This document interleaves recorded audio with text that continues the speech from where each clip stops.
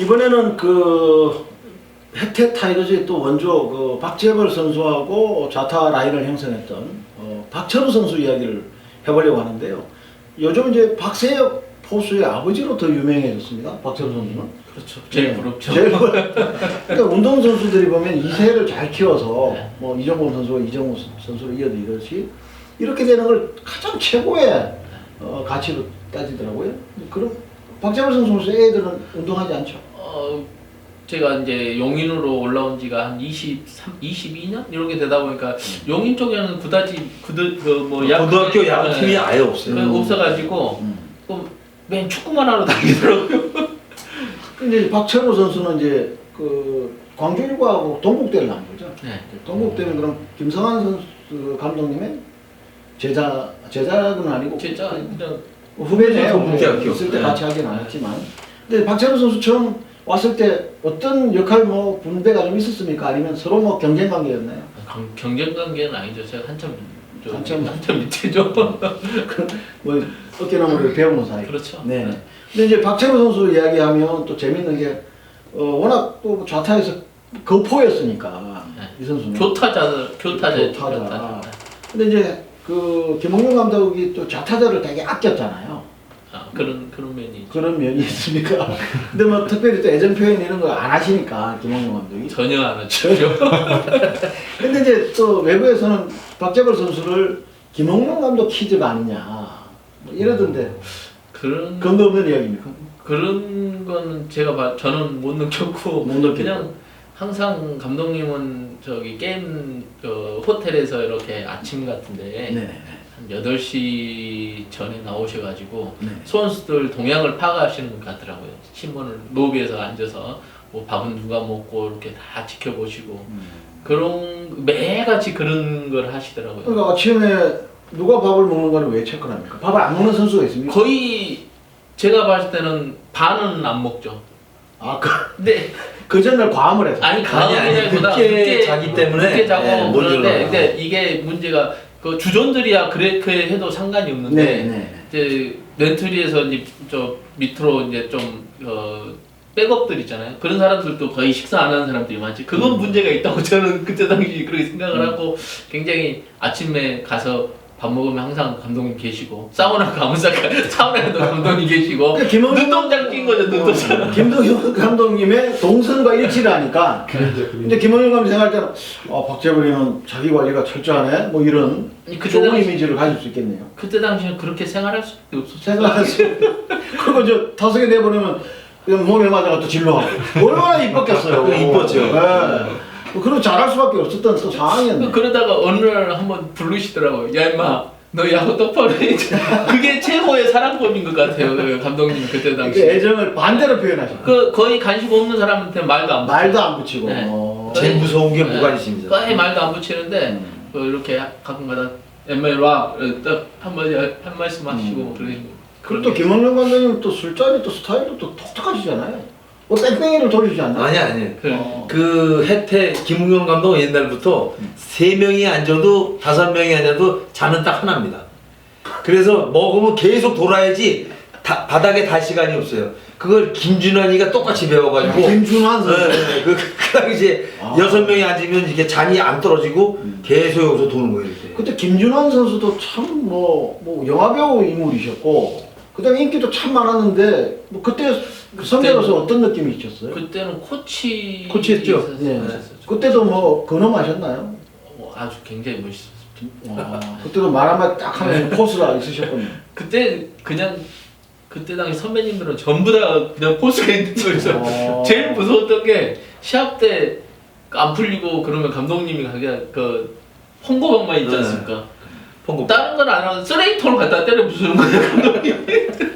낙하에서 그러면 선수들 다 이제 쫄아가지고 의자 부시고 의자 집어가지고. 근데 이제 지금하고 그때 비교해 보면 참 그 좋게 이야기하면 낭만이 있고 좀 나쁘게 이야기하면 어떻게 보면 좀 그런 주먹구구식의 운영. 그러니까 교육 방법이 지금하고 옛날은 많이 틀렸어요. 그렇죠. 네. 그런 이제 지금은 지금 거의 뭐 일진 분위기 속에서 박재범 선수는 이겨내시는 거 아니에요? FM이죠. FM으로. 네. 그때 당시에 집합도 굉장히 많이 했어요. 그러니까. 프로 선수들 그러니까 그럼요. 근데 이제 문제는 감독이 집합 걸었으면 끝나야 되는데 또 코치가 걸고 또 조장이 걸고 네. 이게 환장. 그리고 특히 이제 이런 코리안 시리즈 가면은 이렇게 호텔에서 합숙을 하는데 항상 그때는 정신부장시키라고 선배들이 뭐 다른 건 없고 그냥 자기들이 알고 있는 노하우를 이제 전수시키는 거죠. 내가 이럴 때는 사실 뭐 이렇게 해보니까 긴장이 덜하더라. 뭐 이런 거. 정신부장이 시키는 그래, 거죠. 그런 게 굉장히 커요. 그 도움도 많이 되고. 그런 게 그 시합장에 딱 들어가면은 선수들이 그냥 다 뭉치기는 그런 게 있어요, 진짜. 참. 그때 맞아요. 그때 보면 또 1차전 특히 한국 시리즈 1차전 되면 두 팀이 말도 안 하잖아요, 서로 보면. 그죠? 근데 그 혜태가 우승할 당시에 만 6, 7번을 중계를 뭐 끝까지 이렇게 했던 사람 중에 제가 한 사람인데 마지막이 됐든 중간에 됐든 아까 얘기했던 5대0을 지고 있던 뭐 3대0을 이기고 있던 선수들이 움직이는 거 보면 어떻게 해서든지 거기 일루를 나가겠다는 그런 생각들밖에 안 갖고 나와요. 왜냐면 그 김일권 선수가 나한테 그런 얘기를 했어요. 우리는 남들만큼 돈을 많이 못 받기 때문에 시리즈에서 우승했을 때 보너스 타는 그 맛으로 야구를 한다 그러니까 죽기 살기를 묻는 거예요. 맞아요. 그래서 10연패라는 게 나온 거예요. 그리고 또 무서웠죠. 네, 그때 또 혜태 초창기에는 정말 뭐 사회적 분위기도 그렇고 그럼요. 지금 생각하면 다 이해를 할 수 있을 정도로 그 당시에 또 뭐 광주 또 민주화 운동도 있었던 분위기에서 또 프로야구도 출범하고 그때 저는 저 중학교였던 것 같은데 그걸 보면서 참 대한민국이 왜 이렇게 아이러니하나 뭐 무슨 말이냐면 혜태 타이거즈가 정말 우승을 했습니다. 각고의 노력 끝에. 근데 그 축가를 목포의 눈물을 부르더라고요. 아니 이렇게 즐거운 날 이게 무슨 그죠? 그때 막 선수들이 목포의 눈물 부르는 거 보고 저는 참 대한민국 아니 근데 그게 그때 생긴 게 부산 가서 부산 뭐 노래 생겼잖아요. 부산 인천 생겼지. 이게 다 지역마다 그게 나오는 바람에 이제 광주는 좀 슬펐죠. 슬펐죠. 그 한들이 맺힌 맞습니다. 그 음악이 나와서 네. 좀 저희들도 굉장히 찡했었어요. 그러니까요. 네. 그때 뭐 고생했던 거 말도 못 하시죠.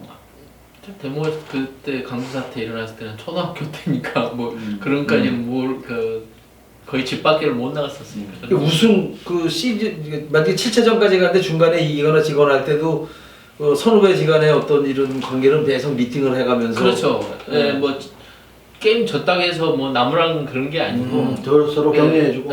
이렇게 딱 뭉치는 거죠 항상. 네. 뭐 때문에 졌는지 그런 파악도 하고 이제 네. 뭉쳐서 네. 항상 이야기를 해주시니까 네. 그런 거에 도움이 많이. 그리고 진짜 운동장 나가면은 진짜로 진다는 생각이 없어요. 그게 대단한 거죠. 그러면 그게 제일 무서운 거지. 하면서 지지 않는다는 생각을 가지고 나가는데 뭐 어떻게 집에 반은 먹고 들어가는 건데. 반은 먹고 그러니까 그리고 그때 당시 이제 선수 할 때 보면 안타 하나 치면 10,000원 줬었거든요. 그때는 자체 내 메리트가 있었어요. 자체 내 메리트가 있어가지고 안타 하나 10,000원, 그 포볼 뭐 무조건 1루 진루 하면 10,000원이에요. 2루타는 20,000원, 3루타는 3,000원. 타점 뭐 이게 타점 10,000원 그런 식으로 있어가지고 맞아요. 잘하면 한 게임 끝나면은 뭐 한 10몇만 원씩 벌어갈 때도 있고. 아니 뭐 스포츠 토토의 원조로 아니 그때는 그 메리트 시스템을 걸어가지고 네. 한 게임당 1,000만 원이고 500만 원씩 걸어서 했었어요. 혜태가 진짜 열악해가지고 그 운영 뭐 모기업도 약했죠. 워낙 약했죠. 네, 왜냐면 지금 재벌이가 얘기했지만 10,000원 아니에요. 네. 다른 팀은 10만 원이 그게. 맞아요. 5만 원, 10만 원. 그러니까 죽기 살기로 하는 거야. 더 재밌는 걸 이야기해주면은 무슨 명절 때 있잖아요. 네. 명절 때 우리는 제가잖아요. 그렇죠. 혜태 제과. 제과였죠. 네. 종합 선물 세트 받습니다. 진짜요 그거. 진짜인데 네. 크게 해가지고 홈런볼도 있고 뭐 예. 크게 해가지고 한 5만 원 상당 그 아. 정도 종합 선물. 그때는 진짜 그렇게 열악했어요. 네. 그러니 운동장에서 10,000원 더 주면은 얼마나 그러면 큰 거죠. 아니 그러면 차라리 그 한국 화장품이나 그때 당시 실업들 튼튼한 기업들도 있었잖아요. 그런 기업들이 차라리 하는 게 더 낫지 않았나요? 아니에요. 정부에서 그때 당시 그때는 이 만들기 뭐 3, 4년 전부터 움직였기 때문에 살벌할 때.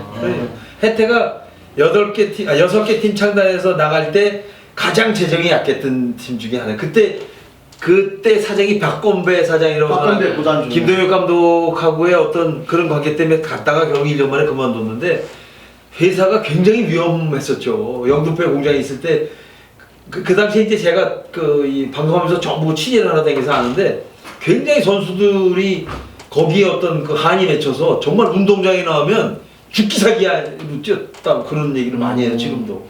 무섭네요, 진짜. 무섭죠. 예. 그리고 이제 박철호 선수 아까 이야기하다가 조금 밖으로 샜는데, 뭐 시리즈 MVP도 하고 또 뭐 역전 결승 홈런도 많이 치고 뭐 이렇게 했는데 이 지도자 경력에서 또 재밌는 이야기가 있던데 그게 이제 박철호. 네, 박철호 선수 때문에 이제 어떻게 보면 지금 고등학교 야구는 이렇게 투수들이 이제 투구를 할 수 있는 규정들이 이렇게 매뉴얼화가 되어 있다고 들었습니다. 근데 이제 광주 진흥고 감독을 맡았었죠, 박철호 네. 감독이. 근데 이제 그 투수 그 운영을 좀 뭐 그때 루머입니까? 그게 뭐 사실이죠, 뭐 결국은. 기록으로 나와 있으니까 기록으로 나와 사실이죠. 있죠. 네.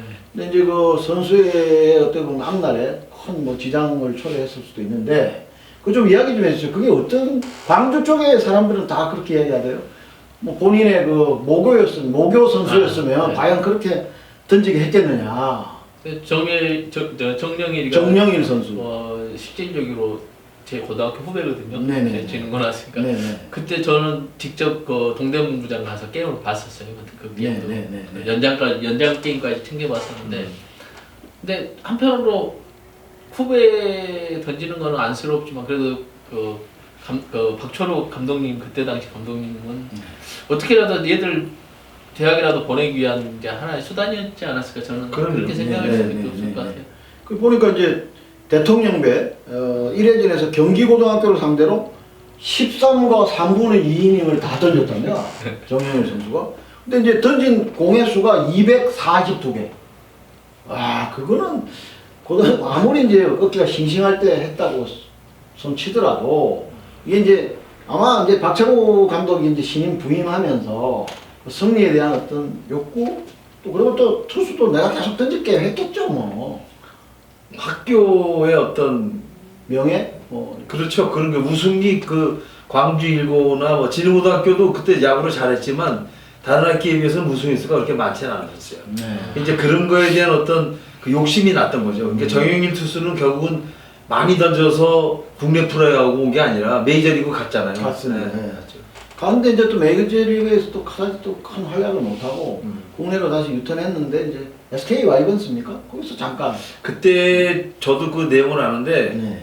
그 스카우트의 어떤 그 비하인드 스토리죠. 원래 미국은 안 갔어야 돼요. 그렇죠. 정영일 선수. 네. 저희들도 반대를 많이 했어요. 그런데 이제 부모하고 여기 뒷거래가 이루어진 겁니다. 그래서 아무도 몰랐다고 그러잖아요. 해태에서 한 방 먹은 거예요, 랭카는. 그러니까 워낙 또 초고교급 그럼요. 선수여가지고 아주 큰 선수죠. 또참 아까운 그런 뭐 인재였죠, 그죠? 어떻게 보면 또 이제 두고 이제 혹사 문제가 있어서 그 선수는 이제 뭐 그런 불행을 겪었지만 또 그 때문에 지금 이제 고등학교 선수들이 또 근데 어떤 분들은 또 지금 고등학교 규정은 대형 투수가 탄생할 수 없게 만든다. 네, 그 40개, 50개 던져가지고는 안 됩니다. 그러니까 40개, 네, 50개 바뀌어야 던져서 돼요. 나중에 메이저리그 가서도 뭐 그렇게 대우받을 수도 없는 거고 또 이제 옛날 최동원 선수 같은 그 선수 이야기를 들어보면 그 한 100개 정도 던지고 경기에서 지면 열받아가지고 집에 와서 또 100개를 막 연속을 팔이 빠져라 던졌다고 그러더라고요.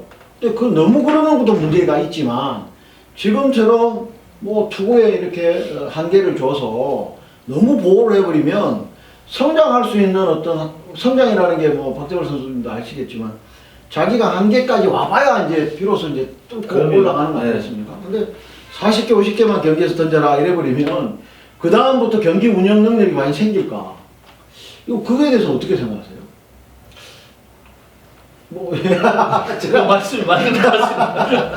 워낙 박재범 선수는 사실 워낙 그 필드에서 잘 뛰는 선수인데 처음에 이제 유튜브에 출연해서 우리 야구 비하인드 스토리 이야기를 하려고 그러니까 한 3번을 그 정말 이광건 의원님이 3고 초기하셔가지고 죄송합니다. 자기는 말주변이 없다. 그래서 그냥 그 분위기만 편안하게 이야기해 주십시오 한 건데 사실 그런 옛날에 연습하실 때 이럴 때 뭐 한계에 부딪히고 이런 경우가 많았을 거 아닙니까? 진짜 날 새고 운동할 날 때도 새고. 많았죠.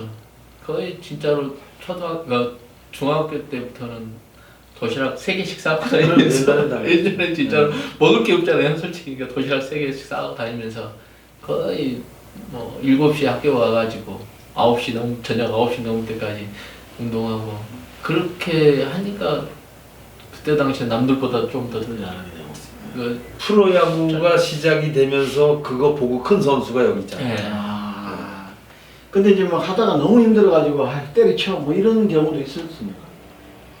그런 그러시나? 경우 제가 중학교 때부터 1학년 때부터 2학년 때부터 주전을 하다가 지금 그러니까. 대학교 때까지 다른 거의- 사람은 그런 게 있었어도 박재범 선수는 그런 게 없었어요. 거의 내일이 때 주전만 하다 보니까 그렇죠. 뭐 청소년 대표할 때까지는 뭐 거의 메이저리그 바로 하던 아니 근데 그 이제 일단 그 신체 조건이 적다 보니까 이게 그냥 성실히 하는 방법밖에 없어가지고 그냥 열심히 했어요.